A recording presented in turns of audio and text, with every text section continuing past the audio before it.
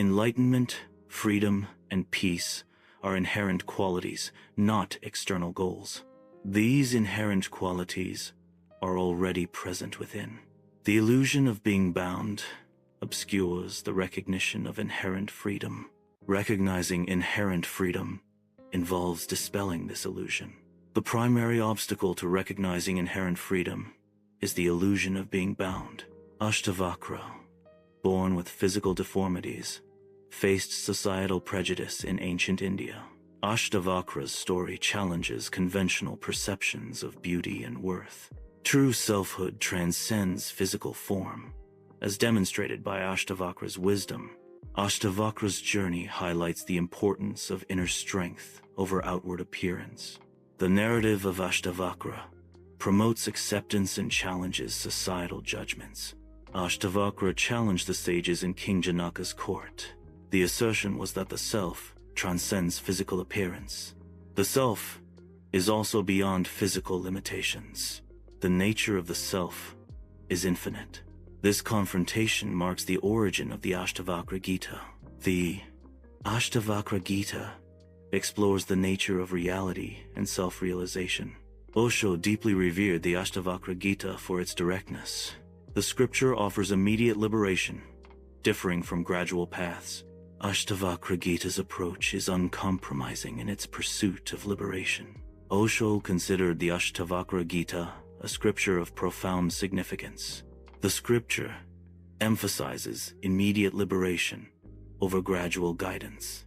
The Ashtavakra Gita directly proclaims the inherent freedom of the individual. Unlike other scriptures, the Ashtavakra Gita does not provide comfort or step-by-step instructions. The scripture challenges the seeker to stop identifying with limitations. The text encourages a direct realization of one's own inherent freedom.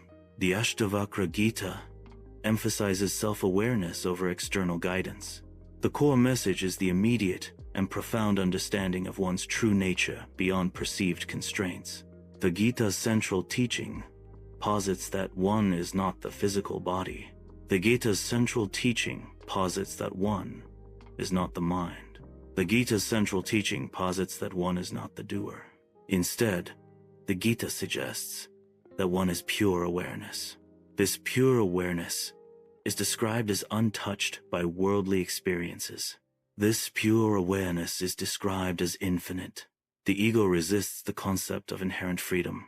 The ego thrives on effort, practice, and achievement. The Ashtavakra Gita disrupts the ego's paradigm. The Ashtavakra Gita states that nothing needs to be achieved. This challenges the ego's fundamental need for striving and accomplishment. King Janaka's awakening illustrates that liberation can occur instantaneously. Liberation is achieved through recognition, not through rituals or struggle. Ashtavakra's words serve as the catalyst for this instantaneous awakening. The moment of awakening signifies a shift in perception and understanding. The paradox of freedom suggests that true freedom dissolves the ego's ambitions. When one is already free, the identity of the seeker disappears. The ego resists teachings that lead to the dissolution of its perceived self. The Ashtavakra Gita's teachings are resisted by the ego due to their potential to dismantle the self. The ego's inherent nature is to preserve itself, creating resistance to the concept of complete freedom. Anxiety can be understood as a temporary emotional storm. The mind is like the sky, vast and enduring, capable of containing these passing emotional states. One is not the storm itself, but rather the sky that remains constant despite the storm's presence. Detachment from turbulent emotions can be achieved by recognizing the impermanent nature of these feelings. This perspective allows for emotional resilience and a sense of inner stability. By acknowledging the sky, one can observe the storm without being consumed by it. Perceived bondage is an illusion, akin to a dream state. Awareness remains unaffected by perceived limitations. Inner freedom is fostered by recognizing the illusory nature of bondage. Recognizing the illusion of bondage cultivates inner freedom. Recognizing inherent completeness diminishes the sense of lack. Contentment arises from understanding one's existing state of fullness. The perception of lack is reduced by acknowledging present abundance. Cultivating awareness of inner resources fosters a sense of self-sufficiency.